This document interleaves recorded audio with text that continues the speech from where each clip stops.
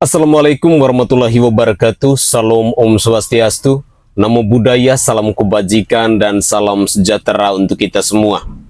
Pemirsa sekalian, kali ini saya kembali lagi menemani pemirsa guna mengupdate terkait dengan perkembangan dari kasusnya Pratiwi Novianti alias Teh Novi dengan Agus Salim perihal uang donasi senilai 1,5 miliar rupiah itu. Dalam konten saya kali ini, saya ingin mempersembahkan ke hadapan pemirsa terkait dengan respon atau tanggapan dari Irjen Pol Ricky Sitohang selaku kuasa hukum dari Pratiwi Novianti terkait dengan laporan dari Agus Salim dan Alvin Lim yang ditujukan kepada Pratiwi Novianti ini. Tentu seorang kuasa hukum dari Pratiwi Novianti pastinya tidak akan tinggal diam. Dia pastinya punya solusi, dia pastinya punya komentar terkait dengan laporan yang dibuat oleh Agus Salim dan Alvin Lim kepada Pratiwi Novianti ini. Dan saya secara pribadi sangat mengecam keras dengan laporan dibuat oleh seorang Agus Salim, di mana kita ketahui bersama-sama bahwa pihak Kemensos atau Kementerian Sosial saat ini sedang berupaya untuk mendamaikan antara Agus Salim dan Pratiwi Novianti ini. Tetapi tampaknya seorang Agus Salim, dia tidak mengindahkan usaha atau perjuangan dari Kemensos untuk mendamaikan antara kubunya Pratiwi Novianti dan Agus Salim ini. Hal ini dibuktikan ketika seorang Agus Salim pada akhirnya dia kembali melaporkan Pratiwi Novianti ke pihak penegak hukum. Dengan demikian, saya ingin mengajak pemirsa sekalian, mari kita bersama-sama mendengarkan komentar atau tanggapan disampaikan oleh Irjen Pol Ricky Sitohang berikut ini. Mari kita simak bersama-sama. Bicara. Saya masuk kepada pelaporan Novi. Ya. Kalau pelaporan Novi itu udah jelas ya. Saya katakan jangan ada kata-kata bahwa itu pertanyaan, nggak ada. Ya. Pertanyaan kenapa nggak nanya langsung? Yang sialnya lagi, yang dipertanyakan tuh objeknya itu objek yang sangat betul-betul membuat harga diri Novi itu tercemar. Ya. Kalau nanya kok apakah ini dari hasil jadi pelacur, mohon maaf nih ya, ini kan nggak pantas, nggak layak, kita budaya timur loh, Indonesia loh. Apakah ini hasil dari narkoba? Apa-apaan pertanyaan kayak gini? Nah, yang lebih ironis yang kena kepada substansinya dipublikasikan melalui media. Ini yang kena substansinya. Akhirnya kena penerapan daripada undang-undang ITE itu. Kenapa dipublikasikan pada media, dipublikasikan, media masuklah tanggapan netizen. Netizen memberikan komentar yang macam-macam. Yang lebih parah lagi, keluarga daripada Novi. Apa benar nih Novi seperti ini? Yang paling ironisnya lagi anaknya. Anaknya kan punya teman juga. Apa nggak punya berpikir seperti itu gitu loh. Merusak daripada harkat daripada Novi di depan anak-anaknya, di depan daripada yayasannya, di depan orang tuanya, koleganya, dan lain sebagainya. Dengan pertanyaan yang bermacam-macam. Kan isi kepala manusia kan nggak sama semua. Ada yang menganggap itu, oh benar. Ada yang menganggap itu, masa sih? Tapi kan sudah nggak pantas. Makanya sudah masuk di sana, sudah dianalisa, dan ditambahkan lagi pada saat pelaporan kepada Komnas Perempuan. Ada lagi penerapan Komnas Perempuan itu menyatakan itu bahwa itu sudah tidak benar. Ya. Sudah memojokkan seseorang. Ditambah lagi ya, menjustifikasi tentang masalah status profesi daripada pramugari. Ini lebih telak lagi. Jadi banyak akumulasi daripada bahasa yang disampaikan yang bersangkutan yang sudah memporak-porandakan sistem daripada hukum Indonesia. Saya karena nggak mau terpancing aja. Saya juga dibilang kok bahwa jenderal bicara hukum tapi nggak ngerti hukum, nggak sekolah hukum. Lah kan ini kan bego banget nih. Lah saya dari mulai letnan 2 sampai jenderal itu kan namanya di kepolisian itu kan urusannya kan hukum. Apalagi di reserse mencermati hukum. Dia belum lahir, saya sudah bicara hukum. Gitu loh. Ini balik-balik dunia persilatan. Dan latar belakang saya juga sarjana hukum juga. Kemudian ada lagi jenderal sampah lah. Pemerintahan sampah lah. Saya sudah nggak ngerti gitu loh. Saya udahlah, pikir kesehatanmu aja lah gitu loh. Kamu sudah di kursi roda, kesehatan bisa seperti itu. Saya kan pernah ngomong, nanti tensimu naik-naik loh. Tensimu naik nanti merusak struktur tubuhmu. Itu aja pikirin. Nanti hujatan masyarakat kok nggak terima, tapi kau menghujat orang. Perempuan kok nggak mau, anak perempuanmu dihujat orang, tapi kamu menghujat perempuan.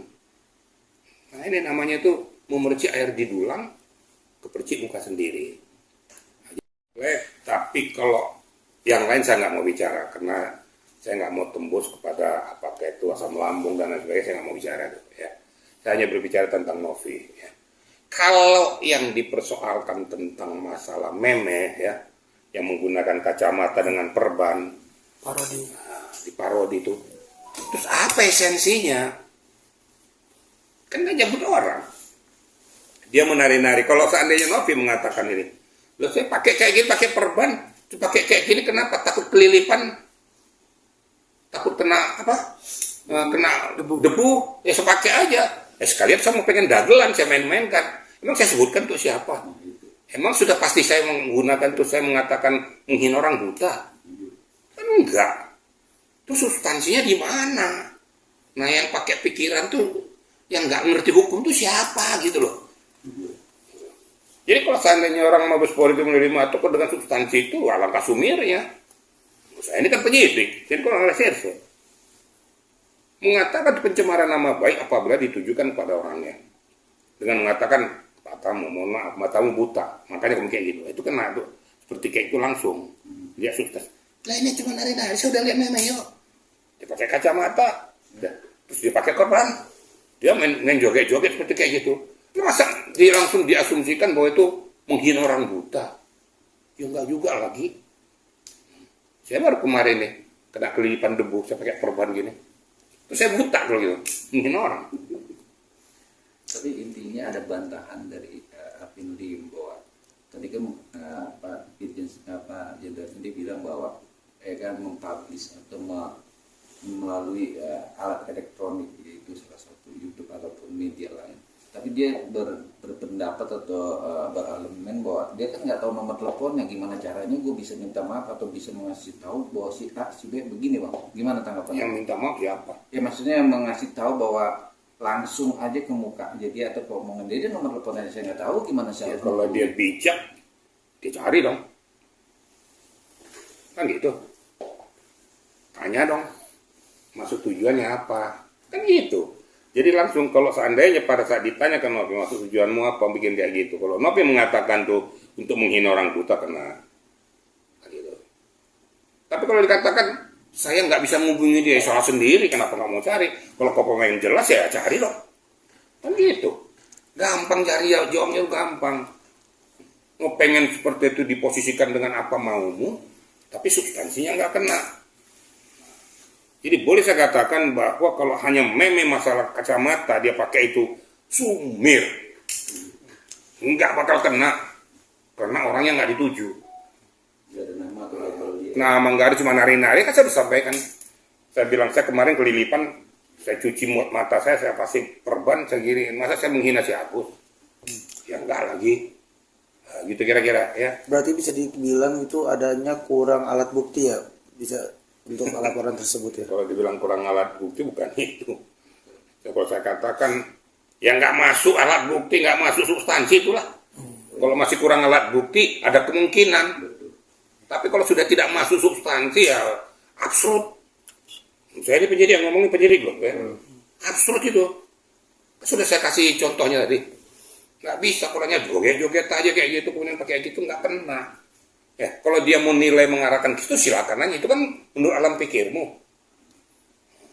Ya, menurut alam pikirnya si Novi dikatakan, lo gue pengen dagelan kok. Gue pengen gitu-gitu aja untuk membuat ketawa pemirsa. Bisa kan? Kemarin berbalik. Sebutkan loh, ya. Dan yang dikasih percontohan tuh sangat ironis dan itu tidak layak disampaikan ke publik. Kenapa diambil contoh seperti itu? Kenapa harus masalah, mohon maaf, masalah pelacur itu? Mohon maaf, masalah narkoba. Ini kan hal-hal yang sangat tabu di Indonesia. Nggak tahu kalau di negaranya. Gitu. Tapi kalau kemarin Banten itu kalau air bilo itu beda. Kalau air bilo kan memang sudah menuju langsung. Itu direct. Sebenarnya dua-duanya beda-beda tipis gitu loh. Oke. Yang paling inti itu jadi memuat substansi, dipublikasikan ke media. Masuk deliknya undang-undang ITE ini. Undang-undang itu kan kayak gitu. Ya. Dipublis, namanya juga elektronik. Berarti kan melalui elektronik dipublikasikan ke media bahwa statusnya seperti ini. Nah, makanya kau yang mendalilkan, kau yang membuktikan. Apa alasanmu mengatakan dengan objek itu? Tapi yang jelas pada saat kau publikasikan telah membuat orang jadi cemar. Terlepas apa? Aku bertanya, enggak bertanya, tanya aja langsung. Tapi kalau membuat statement kayak gitu itu bertanya namanya itu. Disamarkan kata-kata apakah itu. Emang kita orang Indonesia bego semua begitu. Yang sialnya lagi nggak ngerti bahasa Indonesia. Yang nggak ngerti bahasa Indonesia itu ya dia gitu loh. Kok semua nggak ngerti bahasa Indonesia loh? Hotman Paris nggak ngerti bahasa Indonesia. Saya nggak ngerti bahasa Indonesia. Terus Novi nggak ngerti bahasa Indonesia. Terus dia ngertinya bahasa apa? Berarti ya ini menggunakan bahasa planet. Kan gitu. Lahir untuk Pak Idil sendiri sebagai yang kuasa hukum, kata Novi untuk tidak berdamai apa dari Pak Idil untuk berstatement itu? Nah, kembali kepada pokok masalah. Saya katakan kalau hal-hal, saya kan nggak mau berperang. Saya selalu dengan cool mencoba untuk memasukkan posisinya supaya semua selesai. Saya bukan kompor meleduk. Jadi pengacara juga jangan jadi kompor meleduk. Laporan. Ayo main perang. Supaya perang terus enggak, saya nggak punya kayak gitu. Karena saya punya iman. Ya, saya punya hati. Saya nggak mau kalau orang sudah berperang, saya seneng. Untungnya juga nggak ada sama saya. Saya berusaha untuk masuk pada posisi selesaikan. Tapi kalau seandainya Novi tidak berkehendak, kan saya nggak bisa paksakan. Kan gitu. Saya nggak bisa paksakan. Silahkan menurut alam pikirmu gimana, nggak bisa, kamu harus begini, nggak bisa. Dia juga manusia yang punya harkat martabat, itu kira-kira. Jadi kalau kamu tanya bagaimana kira, saya nggak bisa paksakan dia. Tapi kalau saya punya niat, bagaimana semua selesai. Contoh seperti sama Agus juga, saya pengen begitu. Ini Agus yang blunder ini. Ya sudahlah, nasibmu lah Gus ya. Kalau seandainya nggak mau selesai, jangan mimpi kau dapat mengobati matamu dengan uang itu. Tapi kan titik terang benang merah kan tetap di medsos. Ya justru itu. Nah, lo jangan kira Kemensos juga dongkol juga nih pasti. Pasti aku yakin. Aku udah capek-capek. Ya sebenarnya benar. Ngapain sih harus masalah kayak gini harus tingkat menteri yang turun? Iya sih. Kok gede amat? Terjadi kecemburuan sosial bagi yang lain. Tapi karena menteri menganggap daripada lama-lama terus berputar terus di media kayak gini, ya sudah coba. Saya selesaikan. Ternyata itu pun tidak dihargai. Itu pun tidak diselesaikan. Bukan pulangnya malah bagus, baliknya malah berantem. Masuk ke TV One sama juga. Ya, jujur ngomong, waktu di TV One saya tuh juga ya kecewa juga. Tujuan saya tuh ngapain kita bersoal tentang penerapan pasal undang-undang. Ini kita bukan masalah pasal undang-undang. Kita menyelesaikan masalah di tempat itu. Bukan sok jago. Menurut pasal sekian, pasal gini. Ya udah lama-lama nanti yang keluar tuh pasal gregetan nanti ya. Ya terjadi pasal gregetan sekarang kan. Nggak selesai. Ya. Himbauan saya tuh ya lah kita sama-sama berpikir jernih. Selesaikanlah pokok masalah ini. Supaya jangan lagi jadi carut-marut. Ya. Lama-lama netizen tuh masyarakat muak gitu nih. Bicara netizen juga banyak komentar kok Agus sendiri bukan keluar masuk rumah sakit malah keluar masuk polisi. Dan itu terakhir ada pesan nggak untuk Agus sendiri? Saya sebenarnya mau pesan buat Agus tuh udah males ya. Males saya tuh. Nanti kan nggak bagus kalau saya katakan ya rasain loh, kan nggak enak kan gitu kan. Nah, tapi kan ini poinnya mata. Poin kita mata, tapi lo malah cari panggung bikin LP, muncul ke sana gunting pita. Apa-apaan nih mata gunting pita? Apa-apaan nih baru bikin LP? Apa-apaan tuh publikasi? Teriak-teriak. Jadi sudah nggak kena lagi. Oke guys, itu adalah tanggapan atau komentar dari Irjen Pol Ricky Sitohang ini. Saya sangat sependapat dengan buah pikiran dari Pak Riki Sitohang ini. Beliau ini mau mengajarkan kepada kita bahwa betapa bijaksananya beliau dalam menanggapi sebuah persoalan atau sebuah kasus. Dalam cuplikan video tadi, ada beberapa poin penting yang disampaikan oleh Pak Riki Sitohang. Bahwa yang pertama, Alvin Lim lah yang sesungguhnya harus bertanggung jawab atas tudingan yang dia lakukan kepada Pratiwi Novianti. Memang kita yang hidup di wilayah Indonesia Timur ini, tentunya kita lebih mengedepankan adat ketimuran kita, yakni tentang adab, tentang etika, tentang moral, dan tentang sopan santun. Bahkan dalam dunia hukum pun, nilai moral, adab, etika, dan kebijaksanaan itu harus dinomorsatukan sebelum kita mau berbicara banyak tentang hukum itu sendiri. Hal inilah yang ditekankan oleh seorang Irjen Pol Riki Sitohang yang adalah kuasa hukum dari Pratiwi Novianti ini. Pernyataan dari Alvin Lim yang menuding bahwa pramugari nyambil, ngelacur, jual narkoboi, germong, dan lain sebagainya adalah sebuah statement yang tentunya telah menghina, telah merendahkan, dan telah mencampakkan. Yang pertama, bagi saudara dan saudari kita yang adalah punya profesi sebagai pramugari. Lalu yang kedua, kepada seorang perempuan. Dan yang ketiga, kepada Mbak Pratiwi Novianti itu sendiri. Karena konteks pembicaraan dari seorang Alvin Lim dalam cuplikan video yang berseliweran di media sosial itu ditujukan kepada Pratiwi Novianti. Jadi, pandangan disampaikan oleh Pak Riki Sitohang tadi tentu secara jelas bahwa Alvin Lim harus bertanggung jawab atas tudingan yang dia lakukan, walaupun sekarang dia beralibi bahwa itu adalah pertanyaan dan lain sebagainya. Tetapi dalam Undang-Undang ITE, seseorang yang sudah membuat kegaduhan lalu menyebarkan itu ke publik dan lain sebagainya, tentunya dia harus bertanggung jawab.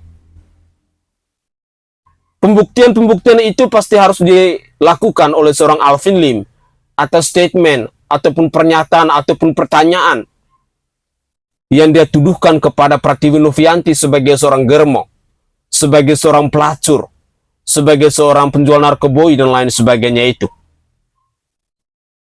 Di sini saya secara pribadi mau katakan bahwa statement yang diucapkan oleh seorang Alvin Lim ini sesungguhnya tidak pantas, yang datang dari mulutnya seorang advokat ataupun seorang pengacara. Bagaimana mungkin seorang advokat, seorang pengacara, di mana setiap orang harus mengedepankan nilai-nilai profesionalitas, nilai-nilai kualitas, kredibilitas dalam menjalankan tugas sebagai seorang pengacara. Tetapi hal ini tampaknya berbeda dengan apa yang ditunjukkan oleh Alvin Lim kepada kita masyarakat Indonesia.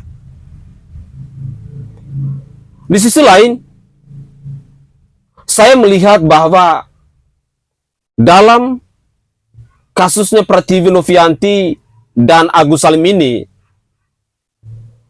para kuasa hukum yang mendampingi Agus Salim, sesungguhnya mereka sedang mempromosikan diri dengan memanfaatkan Agus Salim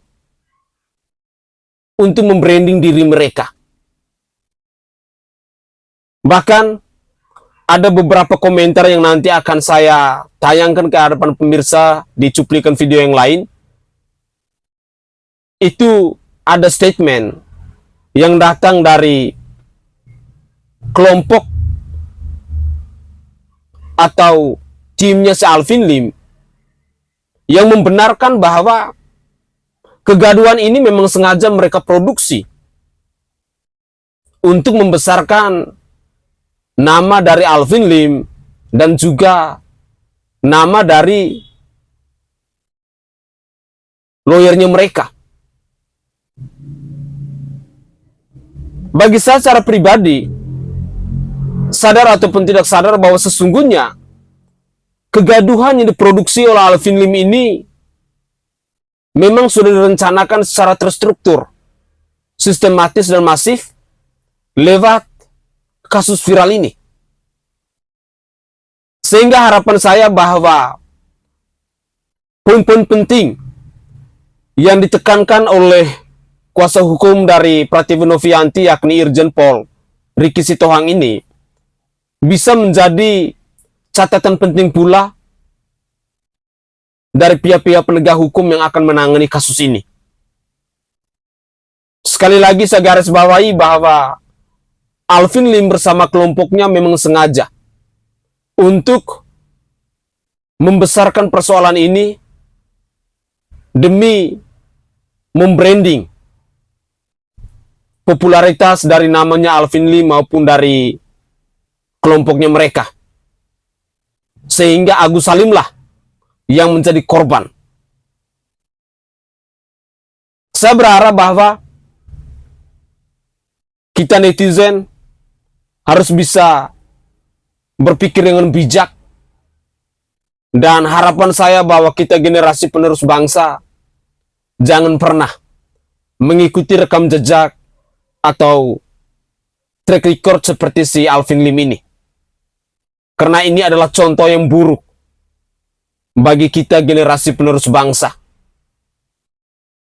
Seorang pengacara yang tidak mampu untuk menunjukkan nilai-nilai kualitas, nilai-nilai profesionalitas dalam menjalankan tugasnya sebagai seorang advokat. Dan menurut saya secara pribadi, ini adalah contoh penghinaan yang sehina-hinanya, yang serendah-rendahnya yang dilakukan oleh Alvin Lim kepada organisasi atau lembaga peradi yang sudah memberikan izin kepada Alvin Lim untuk menjalankan profesinya sebagai seorang advokat ini. Semoga saja pandangan-pandangan disampaikan oleh Irjen Pol Ricky Sitohang tadi bisa menyadarkan kita semua bahwa apa yang dilakukan oleh Alvin Lim ini adalah contoh yang buruk kepada kita generasi penerus bangsa. Dan semoga hal ini jangan pernah ditiru oleh kita masyarakat Indonesia. Karena menurut saya secara pribadi, ini adalah contoh yang buruk, yang tidak pantas untuk ditiru, yang tidak pantas untuk dinyimak oleh kita masyarakat Indonesia. Begitulah kira-kira.